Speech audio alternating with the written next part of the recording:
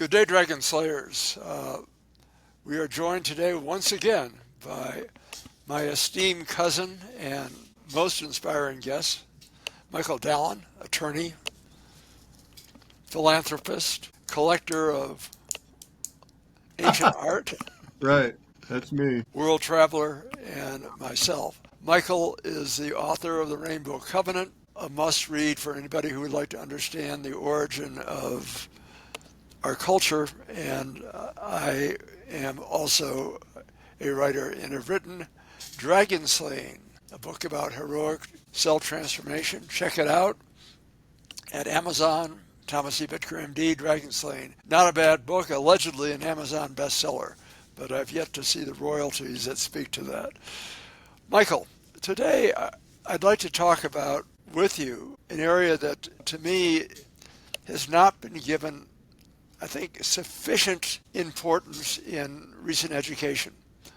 I would say if you had a Hall of Fame, for sure, first ballot Hall of Fame of our founding heroes would be Moses. And we really know precious little about Moses, except you know a great deal. And I would like you to use this as an opportunity to tell us more about this. So, in a brief sketch, according to the Bible, Moses was discovered by Miriam, a sister of the Pharaoh, in the bulrushes and taken to the Pharaoh's palace. And he was raised as a sibling of the Pharaoh and was so honored. How did this come about? There was an edict against the Jews. They wanted to kill the Jews. They wanted to kill the Jewish babies and keep the women for themselves. The idea was that the Jews would be, this alien race, these Western Asians and a Hamitic, darker complected culture, who were shepherds. The Egyptians didn't like shepherds, and they had their own culture. And we forget how extremely racist and tribal our forebears were, our ancient forebears were. Everybody was the child of a different god. Without monotheism, without the belief in the one God and that we're all children of the one God, you had some really, really ugly ideas. So the Egyptians had these ugly ideas about these Jews, these Semites from the other land, and they set out to kill them. Just in terms of the backstory, the earlier biblical tale of Joseph's flight into Egypt was really a way of laying the groundwork for how these people came into Egypt. Is that not true? Brothers had the 12 sons of Jacob had decided that they would get rid of their little brother Joseph. Right. They had it with this smartass. Who had some gifts of prophecy, and they couldn't take it anymore, a lot of them, and they sold him they tried to sell him into slavery. They couldn't even manage that well, but he was taken into slavery. It's interesting that he was taken into slavery. They tried to sell him to these Arab travelers, but he ended up with these Midianites who were coming to Egypt. As I remember, the different nations all vied to get him, but he ended up going into Egypt. Usually the caravans would be carrying naphtha and these foul-smelling substances that the Egyptian needed for things like embalming their dead. And in this case, he came with a caravan that was carrying perfume, balm of Gilead. So that was one thing, that it's bad enough to go into slavery and be subjected to horrible odors, like industrial odors. But Joseph goes into slavery subjected to balm of Gilead. So at least it smelled good. So he could take some solace in that. And he ended up this brilliant guy, one of the great geniuses of antiquity. So he ends up as a slave in Egypt. and he eventually ends up through a wild turn of events, completely believable as this guide, as the Grand Vizier, as like the Prime Minister or the Vizier to Pharaoh, to help Egypt through some bad times of fasting. So there's a Ra in the land, a famine, and the rest of the brothers need to come to Egypt to live, and Joseph settles them in the land of Goshen, this area to the east of the Nile, up in the north by the Mediterranean, not far from Alexandria. He settles them there where they can be shepherds, and they end up, after a few generations, of subjected to Egyptian xenophobia and racism, and religious prejudice, broken down and finally enslaved. Subject to beatings, the mas, the corvée or levy of labor, where the Egyptians just abused the hell out of them over centuries, and in the course of this, Moses is born to Amram and Yocheved, and there's a decree that we're going to kill all the Hebrew babies. And but Moses is, the famous story that the Talmud says that Moses is Noah. Noah lives in an ark. Moses is put into a little ark, and Pharaoh Bacha, I think was her name, comes. The daughter of Pharaoh comes to bathe in the Nile, and this is a quasi-religious ritual where they bathe in the life-giving river, and it really is a beautiful river. I saw it not long ago, with all these the papyrus growing all over it. Very, very pretty, very rich, very full of fish. And indeed, it's the longest river in the world. It's really long and really beautiful, and very life-giving. And she recognizes this is one of the Hebrews' babies, she says, and she adopts this baby. And she enlists, through the intervention of Miriam, Moses' older sister, she gets Yocheved, his mother, to come and act as a wet nurse to the mother.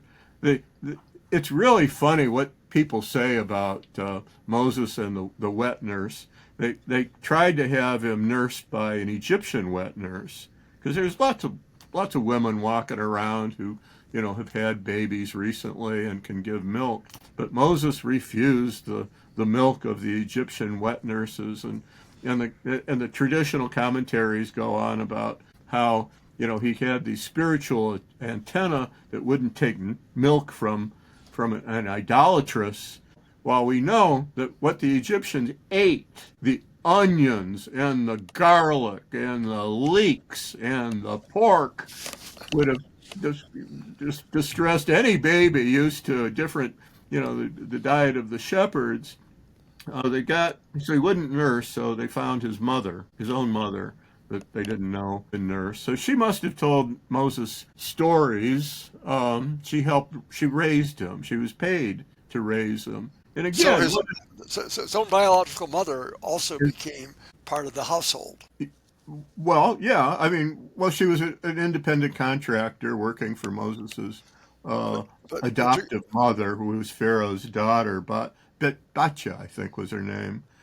But he was raised then and subsequently in the court as the son of the adopted son of an Egyptian princess, of Pharaoh's daughter. Again, I mean, you see men in God's scheme is saved by kindly women, and I mean, this is a theme in Torah and in life in general, I think.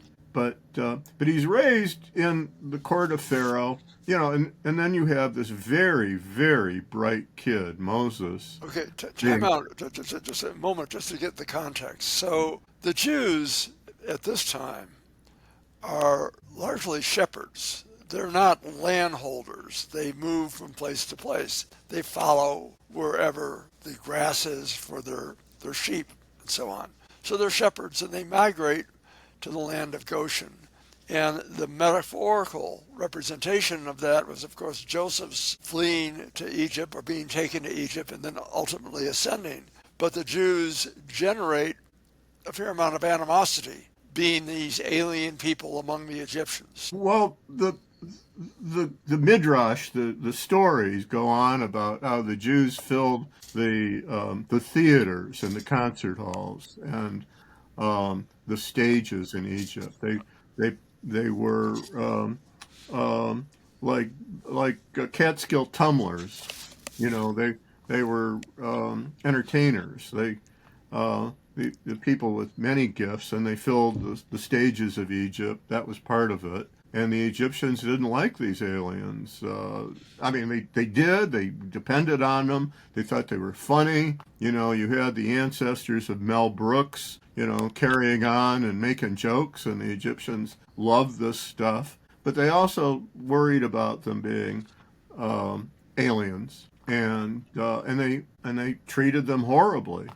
And they, even to the extent of trying to exterminate the male children to reduce the threat that they posed. But yet there must have been some ambivalence among the Egyptians.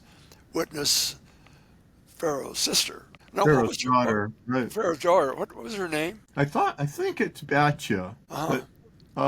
She, a lovely, kindly woman. She says, this is one of the Hebrews' daughters, one of the Hebrews' sons.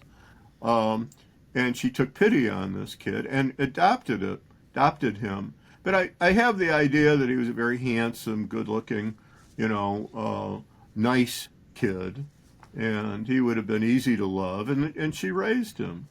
So, and raised him as an Egyptian prince. Later, he appeared to be Egyptian, in his mannerisms, in his language, and in his clothing. But he knew of his origins. And he knew of his origins because he was also raised by his mama. And Did he learn the faith? Did he follow the faith of Abraham? well, he recognized the preposterous bullshit of the Egyptian religion and contrasted that with the one God of Abraham. Yes. Okay. Yeah, yeah. He learned what he learned from his mother, and his mother came from. It's an interesting relationship. His father was the nephew of his wife, Yocheved. This was this is a forbidden incestuous relationship that would be completely unheard of after the giving of the law at Sinai. So But it wasn't the law at the time. his father was the nephew Of his wife, wow. of Amram married his aunt. Yeah, it's more than peculiar, but Scripture is very honest about the origins of our heroes, and So Moses must have, at least Ammon must have had a very hot aunt. Yocheved had her charms. We understand, and Amram was a pretty good guy too. They were Levites. They were Levim. And they were not subject to all of the strictures of the rest of the slaves. This was, the tribe of Levi that became the priestly tribe. Were they descendants of Joseph? They were. Joseph was Levi's brother. Joseph was a younger brother. But the 12 tribes, the 12 brothers were brothers. So how many generations passed between Joseph and Moses? One. Just one generation. Okay. Wait a minute. No, I'm so sorry. No, well, Yocheved was born as they were coming into Egypt. She was born on the way. The Jacob and the rest of them all migrated. They're Right. shepherds, like you say. Um, and Yocheved and Amram, they were subsequent to Joseph. They were not the same. I don't know if it was the first or the second generation. It wasn't that far. These were still long-lived people. Now, was there an oral tradition honoring the memory of Joseph and Abraham, Yeah, Isaac and Jacob, and so on? So there is an oral tradition of Judaism that it might have preceded. been. It might have been written. We don't Right. know. They did not have the alphabet, but they had scraps of papyrus at least and scraps of parchment, and we don't know what they had, but certainly there was a tradition, um, and a lot of that tradition, trace gets into Scripture, gets into the books of Moses. I mean, Moses knew what to plug into. Um, Moses learned the different. I mean, he certainly learned hieroglyphics, some hieroglyphics, and he certainly became literate in some of the languages, the main languages of the Egyptians, and others.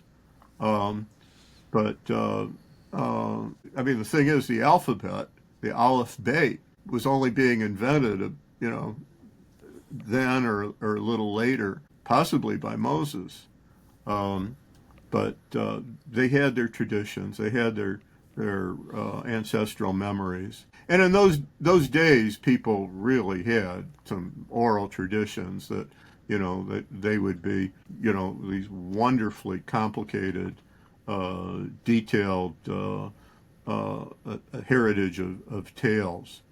So there was a lot Okay. there that he learned, and he knew about, the God of Abraham and the traditions of his people. Michael, allow me to give a little plug for your book. Was the Rainbow Covenant, the laws, Noetic laws, were those laws taught to the Jewish people at that time? That was part of the heritage. Yeah, from the time of the legendary time of Shem and Aver, the legendary sons of Noah, from a generation after of Noah. Um, these were people who were exposed to it in its initial revelation after the flood. As the story goes, as the legend goes. But yeah, the Noahide laws were part of it, but were part of their organizing principles. Did they, You had you had Hammurabi's code at the time, if not before, subsequently.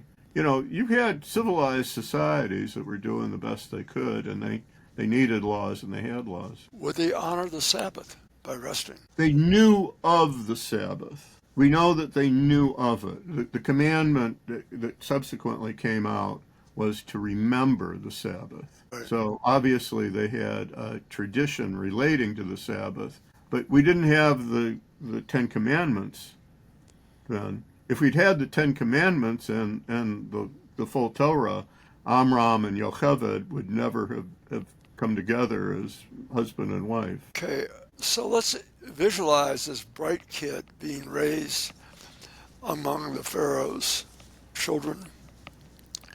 And at some point, when does he identify with his people? Well, we don't know, but we do know what happens when he comes out and he sees his people being brutalized by an Egyptian overseer.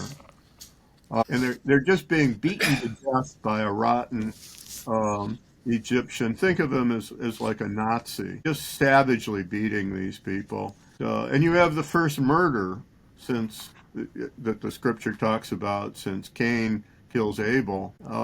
It's vivid. It's a premeditated first degree murder. Scripture says, Moses writes this himself. He looked this way and that way and saw no one, and he smote the Egyptian and killed him and buried him in the sand. He smote him with his shepherd's staff, but he wasn't a He didn't. shepherd He at didn't the have time. a. He was an Egyptian nobleman. He was dressed as an Egyptian. So I don't know what he hit him with, but they carried whatever they carried, and he probably learned martial arts from being a kid in the Pharaonic school. So he did that, and then the next day but he felt for his sense of justice was. Um, Offended by this horrible oppression, this awful mistreatment, and he reacted with righteous anger. Then he finds out that why are these Jews being oppressed so badly? Well, they deserved it because they're ready to rat on him, and he knows that the truth was known. They're talking about it, so he knew he had to get the hell out of Egypt. And So ran away. that was a seminal event that compelled him to say, "I got to get out of here." And realizing that really the Jews probably deserved being mistreated like this because they couldn't keep a secret or wouldn't keep a secret. They go to him, with a sassy remark.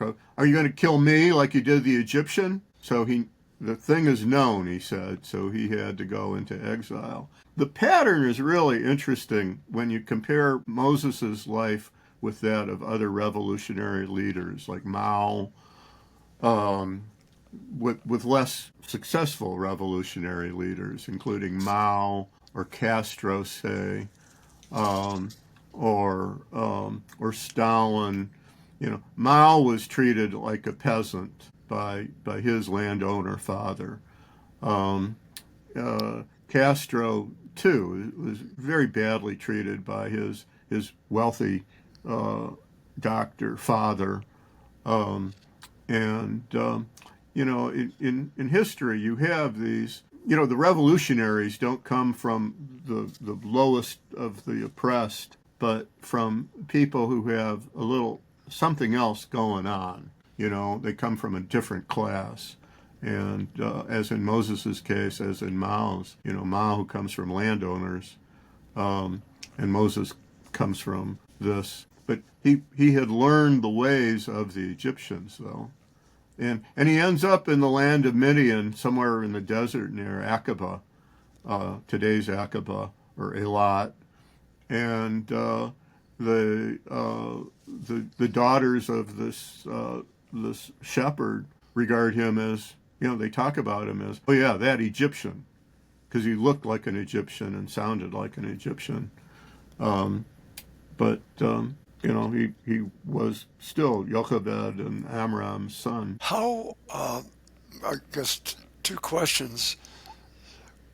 How much was Frederick Douglass inspired by the story? A lot, a lot. Well, the slaves, American slaves, sang the song "A Go Down Moses." Right.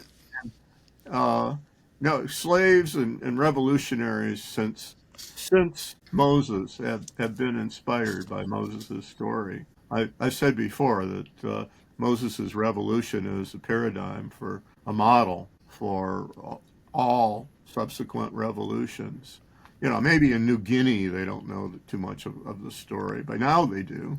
I mean, they're New Guinea Bibles, but the story is one of a very, very successful revolution where the least became the leaders. It turned, in this case, it turned Egyptian society absolutely upside down from. Okay, as the Bible discusses, Moses emerged as the leader of the Jews. Over what period of time did this take? Well, he went into exile, and he was in exile as a shepherd in He the went valley. into exile because he was a fugitive from justice, or Yes, because of the yes. homicide, or because of his revolutionary aspirations? We don't know of any revolutionary aspirations until we get to the burning bush, where Okay, he must have been dwelling on this in his 40 years in the quiet of the wilderness of Sinai, but we so don't know that so he leaves the Pharaoh's palace. Is this after the homicide? after. Okay. And he leaves because he might have to stand trial for this killing. and would expect to be himself executed for the homicide of Okay. Pharaoh's servant. All right. So then he's in exile for how long would you estimate? 40 years. 40 years in exile? So now he's an old man. Yes, Okay. 80. He's 80 80 when years. he gets 80 when he gets the call with the burning bush. So he's not an old man, but he's a very fit old man. He's in good shape. So when you and I go to work out after this, Right. Oh, yeah, yeah, right. Yeah, we have a model. Yeah. okay. Well, in the Bible, you get these numbers, the age numbers, and you wonder about them because, you hear of these people, Methuselah living to these preposterous old ages, and it's a signal that you're dealing with legendary time, and then and the ages get progressively less. And until we get to David and Solomon. Solomon died at 60.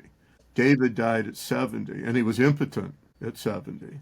But before that, you have these other individuals, and they're living long times. Is it literally true? I don't know, but it is it's the intersection of legendary and modern time that they live these very long lives. But we are told that Moses lived to 120, and Aaron and Miriam got a few more years than that.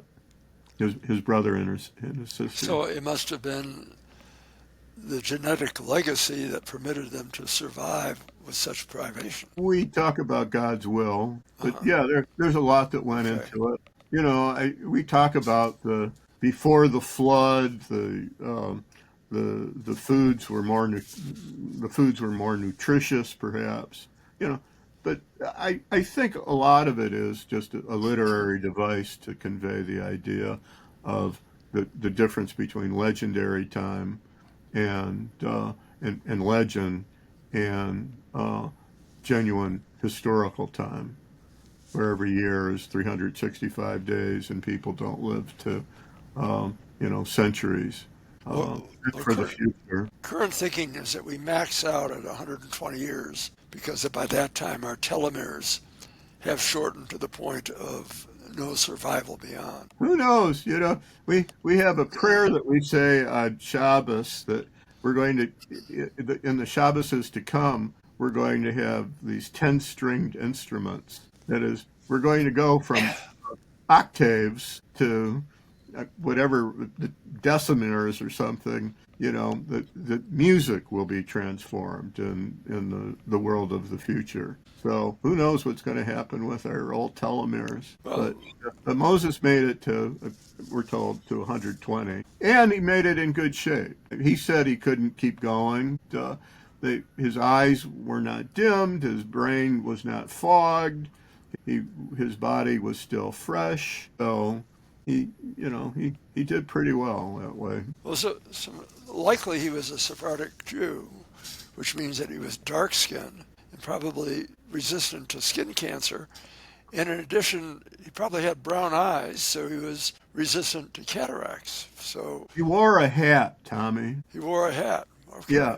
Okay. So, do we have I evidence of don't that? know. Yeah, I don't know what color he was, but this is a direct descendant. I mean, these are Western Asian people who come out of Iraq, and they're not. I don't know that they're that dark.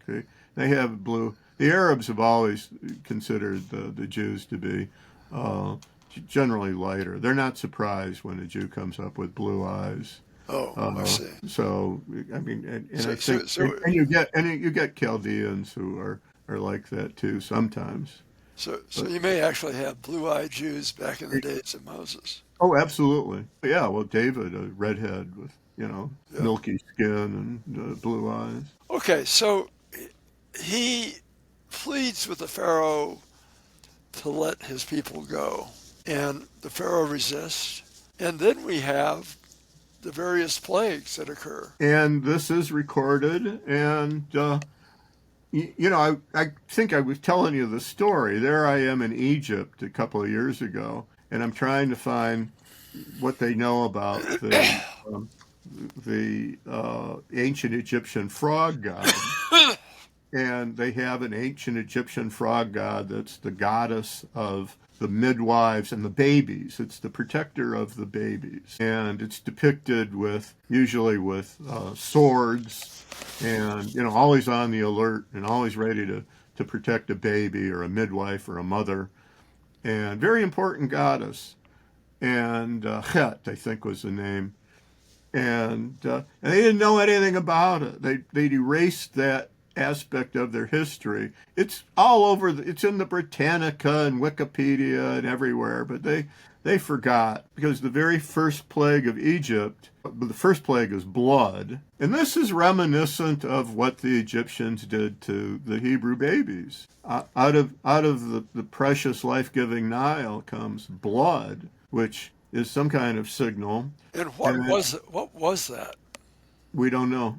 We Because don't know. could It have might been have could have been a red tide. could have been a red tide. We don't know, but it Yeah. looked like blood, smelled like blood, and according to the story. And then after that, you had the plague of frogs, and the frog is the animal uh, of the frog god, the frog goddess. So so that really brings it home what's going on here. The Egyptians recognized the symbolism. Modern scholars, and medieval scholars don't necessarily, but to the Egyptians, this was surely crystal clear. First the blood, and then the angry frog god, with its minions just spreading everywhere. The frog goddess is angry, kind of message. And then the next plague was what? I can't remember, something or other. Was it locusts? Yes. And then there was famine. Well, after you have hail and Yeah. all these rinderpests, these animal diseases, you're going to, not to mention the locusts. Well, I mean, So pretty bad stuff. Darkness. so ultimately, then we get to the final plague, which we memorialize with Passover, which is firstborn children. Including the animals, the Oh, firstborn of the animals too. but the Of everybody except the Jews. The prisoner, the firstborn of the prisoner in Pharaoh's dungeons, the priest's children, and the animals, the firstborn of the and animals too. somehow Moses got the message from God that we sacrifice a sheep and cover the doors of the Jewish abode with the swath of sheep blood to protect us. Well, it's an act of discipline. If you don't do that, then you're not in the game. Okay. So it isn't that the king of the universe can't distinguish between, the message is that we want the Egyptians to know that the king of the universe distinguishes between the Jewish and the Egyptian households. But for the Jews, it's imperative to get into the game.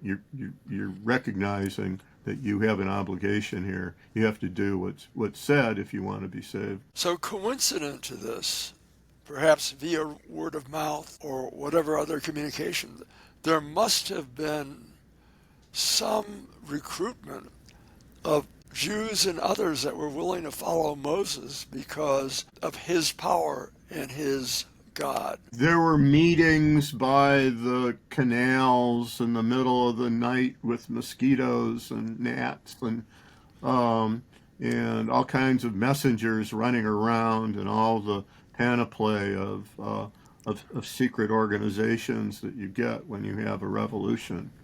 It went on for, I think, 3 years or so from between the first plague and the last. But boring meetings. You've sat through some boring meetings.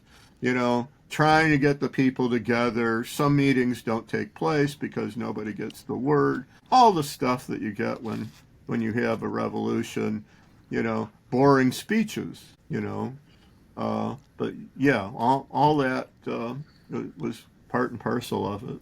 So there's a ritualistic prayer that we say at the Passover that really honors our God, which speaks to the many interventions that God had given us. And at the end of the prayer, with every stanza, we say, Daenu, that Yeah. is enough. Now, ironically, did the Pharaoh ultimately say, Daenu, enough, get out of here, you have my blessing temporarily? Well, he was broken. Yeah, Yeah. I mean, but then within a day or two, he turns around and they see the brick fields of Egypt are abandoned. There are all these projects that aren't going anywhere because there's no labor for them. And the Egyptians go, "What have we done? They say, we've let Israel go from serving us. What can we do? What shall we do? Well, let's recapture them. Let's so much for Pharaoh's repentance. Didn't last long. So they set out to murder them and bring, and chastise them and drag them back to the brick fields. So we visualize this immigration that proceeds, and Moses is confronted by the passage over the Red Sea. Is that where the passage occurs? They try to get across. Yeah, it's the Sea of Reeds is a lagoon. It was a lagoon. The geography has changed, over generations after So thousands of years of geologic change. what allowed the Jews to pass? Was it a tidal phenomenon? Was there a temporary drought? But at any rate, they made their passage. Well, it looks like it might be. I forget the name of the guy. He's a friend of a friend who's done these um, documentaries. Uh, um, Simcha Jacoby. Simcha Jacoby has done these things for PBS, and he was going on. And his argument is that this was the devastation of Santorini, the Minoan mountain, that there was a volcano, earthquake, volcano, um, major weather interference from the volcano that blew up Santorini.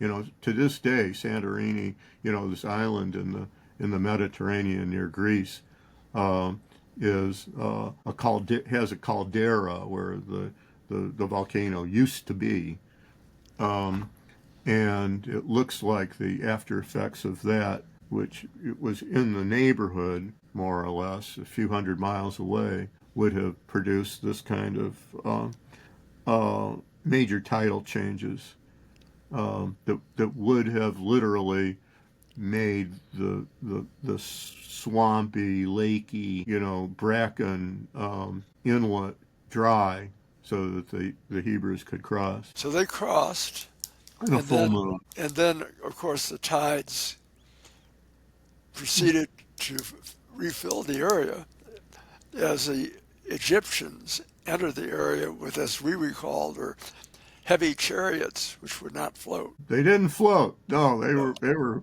heavy chariots, and you had a lot of weather effects, lightning blowing off their wheels, for instance. Um, you have a confluence. You have these natural effects that would still allow someone to look at this and say, "Well, that's just the weather." You know, there's nothing supernatural here. That's just the weather. These things happen, but that's how the King of the Universe works.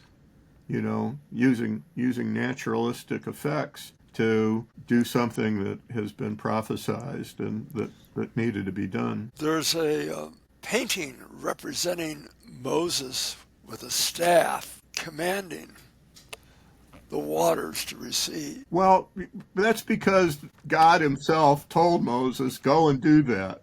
Uh-huh. You know, give this scene some drama. It was happening anyway, but Moses had to go up and get up there and be seen doing it because that was God, the public relations maven, knew what needed to be done, and so He sent His boy up there to do it. So God really was already cultivating Moses as the rock star because ultimately Moses, no, let's go back a moment. The burning bush moment, which is to me transformative, that occurred right before the Exodus, correct? Right. That's the And call to Moses. and was what did Moses receive in his dialogue with the burning bush? Well, he's not talking to the burning bush, but to the burner of the bush. Right, Um, but and it there's a brought him over. message. There's a message. What was the message? You will be the one to set Israel free from Egypt, So and he you will got take that them mission. into the, and we will continue, and you will bring Israel into the land that I'm giving Israel. So that's what I would like to call the heroic imperative. He gets the message. You've got to do this. This is your mission. This is your purpose. Get on with your job. Right, exactly. Okay, so fueled by that, he then proceeds to attempt to intervene with the Pharaoh. We have multiple plagues, and then he leaves. But he has demonstrated such power. And also, by the way, he's had a reputation that he's a pretty tough dude. You don't want to cross him. And a reputation with the Egyptians as a really good dude Right. who did what he could for the rank and file, the ordinary Egyptians, giving them warning, for instance. He told them, "Get your animals, and we're sending hail now, or we're sending locusts. Do what you can to protect yourselves from them." He had a good reputation with the Egyptians. We're told. So there was They some ambivalence among those soldiers that were pursuing him. Well, you get your orders and you go and you follow your orders. I imagine they were pretty inflamed. Um, they were going to do what they were going to do, and they were going to kill. They meant to kill. There was a lot of hate, and I mean, and war brings out hate. I remember these friends of mine, soldiers, that were going on about being, "Thank you for your service, sir." And they're thinking, "Man, all I did was want to murder these sons of bitches, and they're thanking me for that." I mean, it's not the highest human emotion to want to murder, but I think there was a lot of wanting to murder on the part of the Well, Egyptians. I thank all those veterans that I know for risking life and limb for the principle of the country, even though perhaps their mission was ill-informed, but they sacrificed nonetheless. Well, you use what you can to motivate your soldiers, and the motivation is often burning anger, and that works. Um, but I think that's what was motivating the Egyptians. I mean, they just wanted to do their job and kill, and drag and rape and pillage.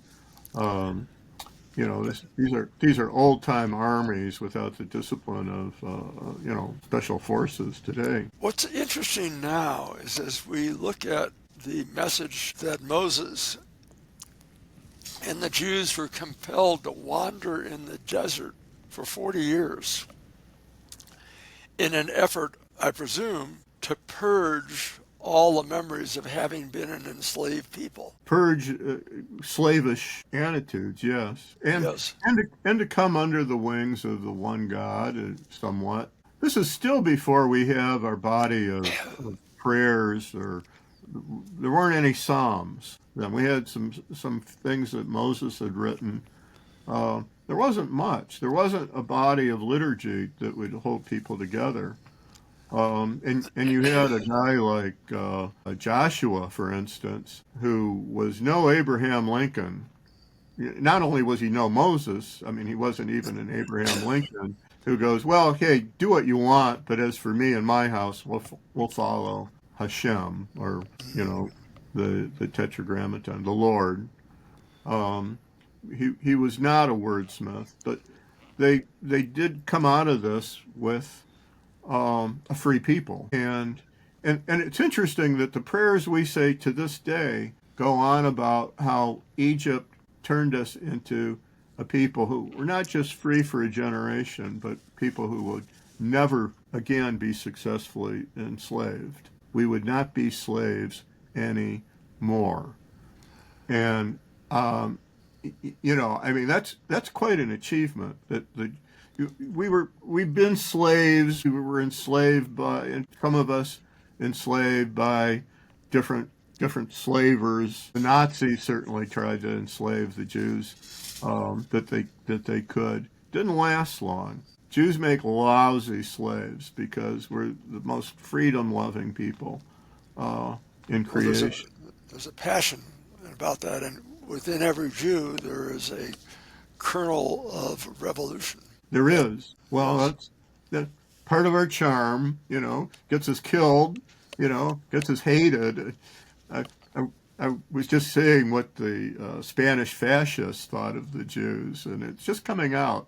I got to get this book about the anti-Semitism of Franco and his people. They were burning anti-Semites, burning Jew haters. The Inquisition wasn't enough for them. They wanted more. But they regarded the Jews as one with the Freemasons, like George Washington, and the Bolsheviks as threats to the domination of the Spanish world by their elite, by the rich. Now, as the Jews are wandering the desert prior to Sinai, was there a concern of Moses that as his people were drifting, that they no longer were a people of faith? Were there elements of, for example, the worshiping of the golden calf? Must not have arisen de novo. There must have been various almost pagan-like rituals that were being practiced. Well, the golden calf is a quintessential paganism. Right. I mean, that's the Egyptian Apis bull.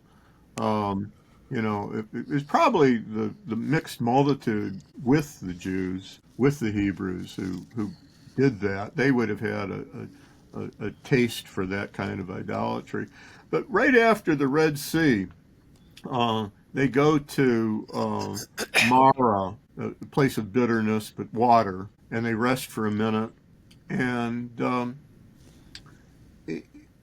they are exposed to what the social laws, which is to say the Noahide laws, and they get another grounding in the seven laws of Moses. Um, so, the laws that every society, whether it's religious or not, needs to keep, including the laws of justice and the laws of. How was that communicated to the people? Good question. I through human teachers. Okay, so there was kind of a hierarchy, perhaps under Moses, where there would be subgroups were led. All very ordinary. I mean, nobody's levitating. They're using ladders.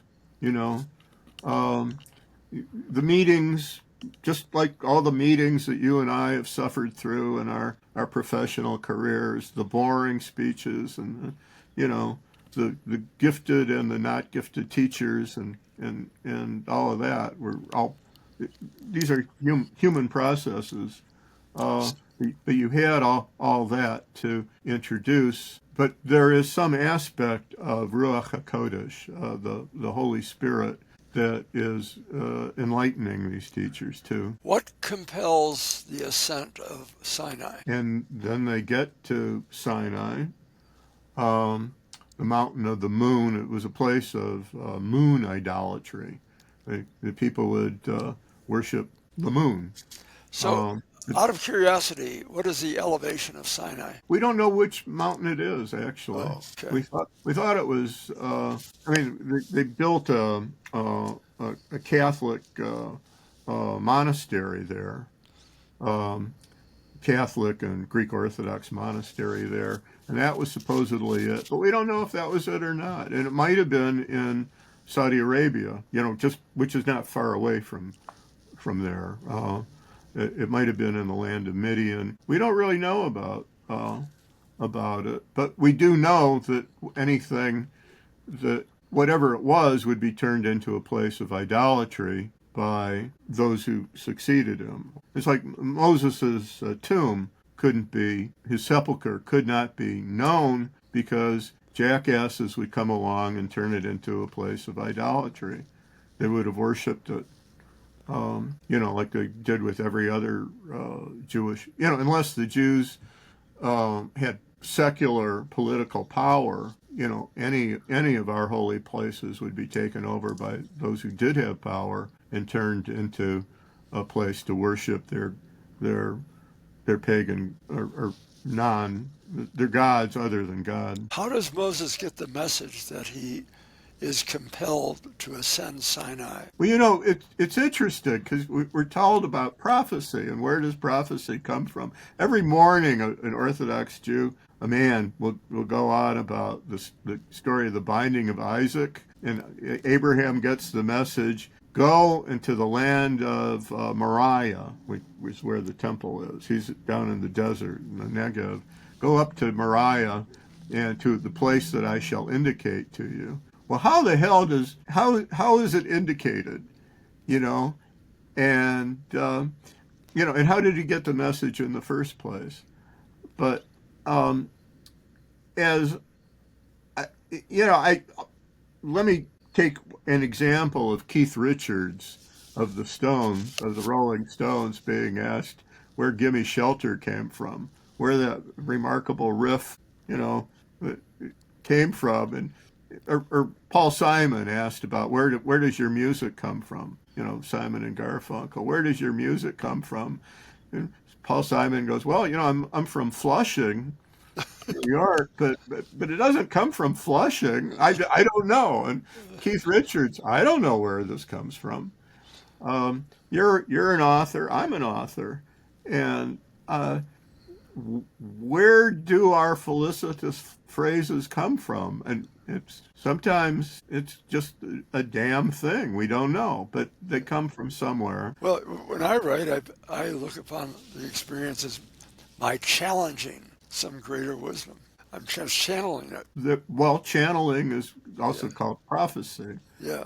You're channeling from what, hopefully you're channeling something from higher to lower, rather than lower to higher. Well, I think the relative success of the message speaks to it. It's not me, but there's some value there. There's a wonderful line. It was a Christian prelate that we don't know where prophecy comes from. It's the greatest mystery, but that it comes is the greatest certainty.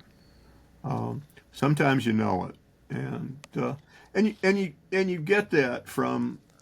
There's some very felicitous phrases in the Torah that there Moses is after Sinai writing down what happened over 40 years in the desert, and people say, well, no, that's impossible, that's ridiculous. But why? What? 40 years you can write, the Bible, the Torah, the core of the Bible, the 5 books of Moses, they're big books. They're very, very carefully written. They rhyme very frequently. One of the reasons we try to read the book out loud is that it's to make a distinction between the Koran and the Bible. The Koran also is extremely musical, and devout Muslims say it cannot be translated. You got to get the rhythms of the words, and the Torah will often have these phrases that you really do want to read in the original Hebrew, because they just come crashing down on you.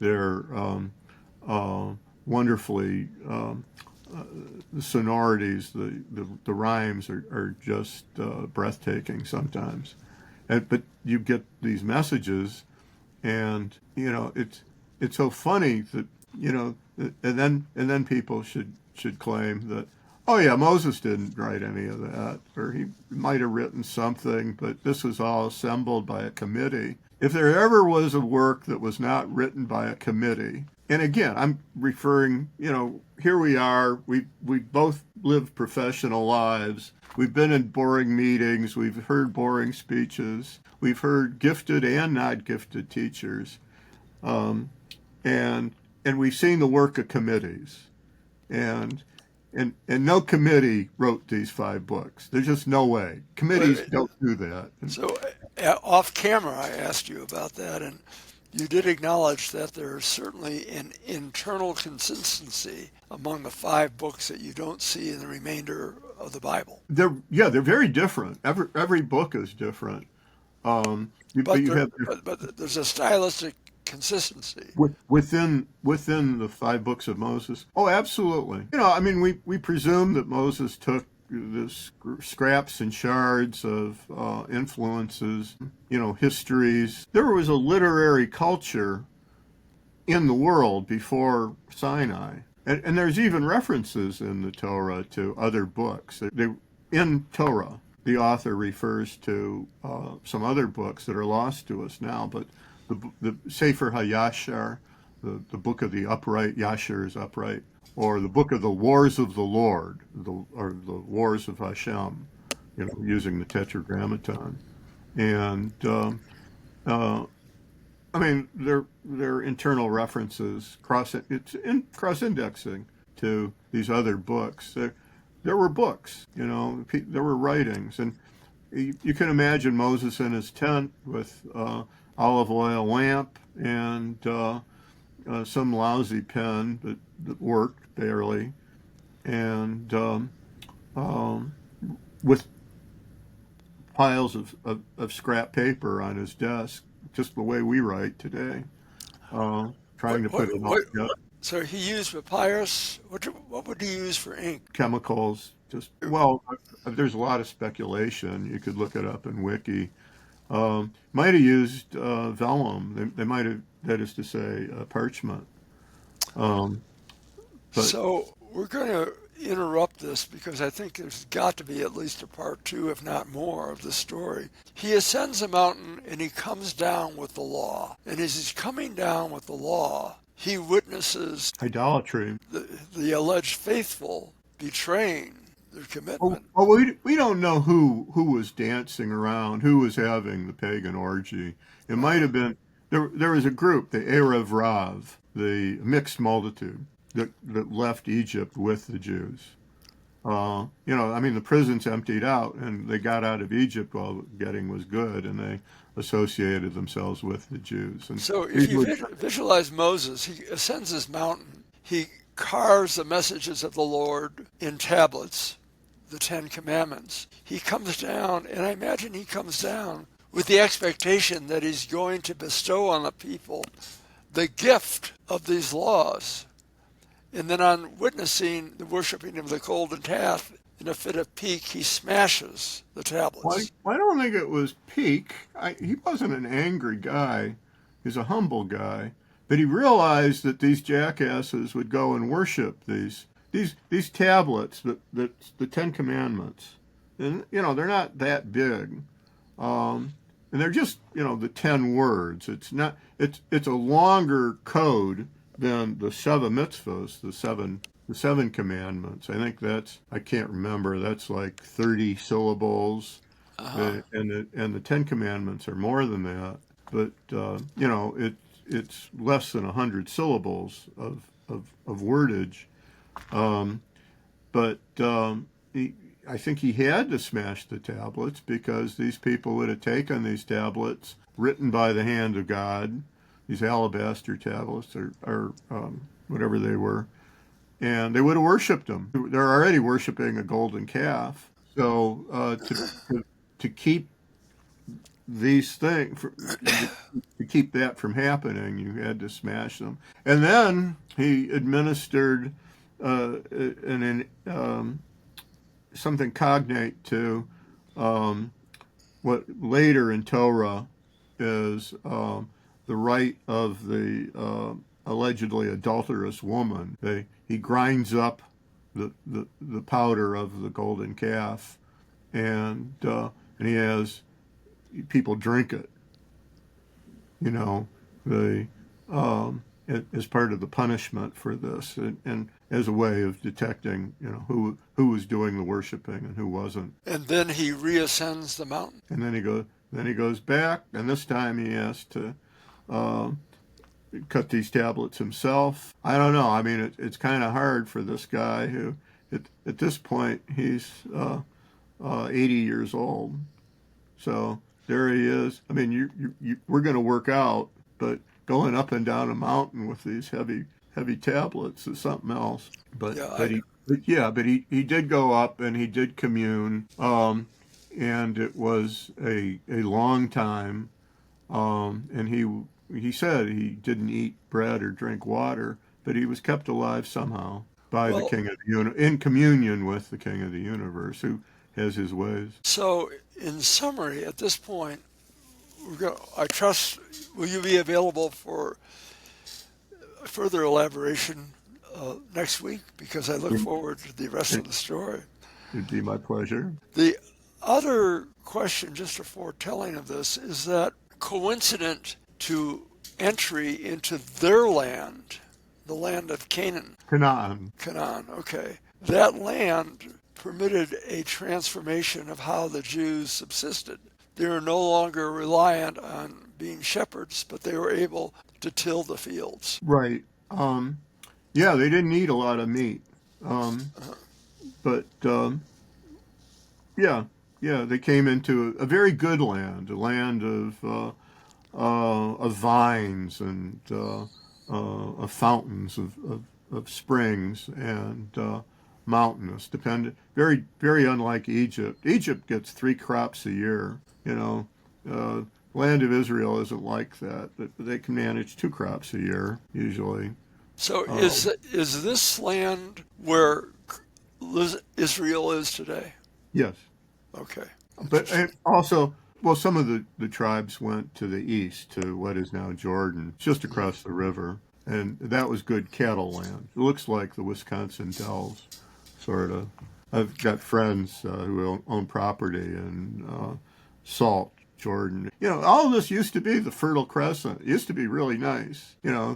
People have ruined it, but the land still has its strength, and it can be brought back. Well, That's cattle land. we suspect with Israeli ingenuity that it will be back to a fertile land. We hope and trust, and Yeah. the land of Israel certainly is a lot more fertile than it ever was in the last 2,000 years. But only the Jews seem to be able to make it work. I'm curious, do they have desalinization Yeah, programs?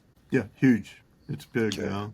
Yeah, I visited a vineyard where they were watering the grapes, the grapevines with desalinated water, which is kind of weird because they have to charge a lot for their wine because the water costs so much. But they do it. They have some new desalination techniques that are the best in the world, and um,